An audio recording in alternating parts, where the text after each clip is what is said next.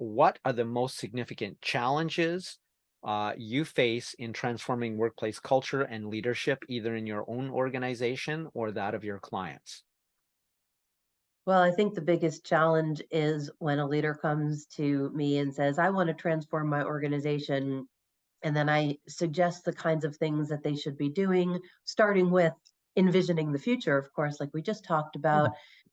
And then they pretty much do everything opposite. They don't embrace it. They don't allow the people in their organization to experiment with different kinds of culture, which is a process, right? To get to a transformational culture, you probably will have some missteps along the way, and that's okay. I mean, that's part of learning, that's part of growing. But I see that a lot of leaders will just give it sort of lip service and say, yes, then this is the trendy thing to do. I want this kind of a culture.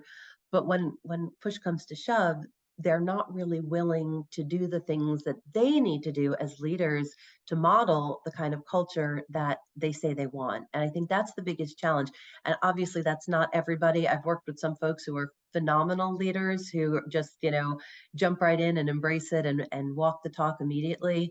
But unfortunately, there are some who will just say it to say it and think that that's the thing to do or the right thing to do, or it's in line with something going on, high at a higher up level, but they're not willing to actually make the changes.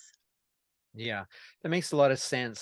Some of the other interviews I've done, we talked about that, buy-in on all levels. And that's the other thing is like, okay, look, Allison, I'm working with a bunch of idiots. Can you fix them? Because I don't need anything. Right. I'm Yeah, perfect. exactly. Now let's go from here. It's like, well, and the person I was interviewing said something I loved. It was like, I've only had to fire 5 or 6 of my clients because it was Mm, like, if you want me to be the CEO, if you don't want to be in the room to do this, A, it's probably going to fail.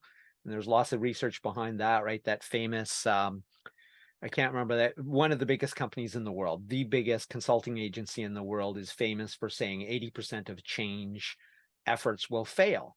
And it's almost mhm. always because of lack of management buy-in or lack of buy-in across any part of the organization that's going to be involved in it, which is pretty much everybody.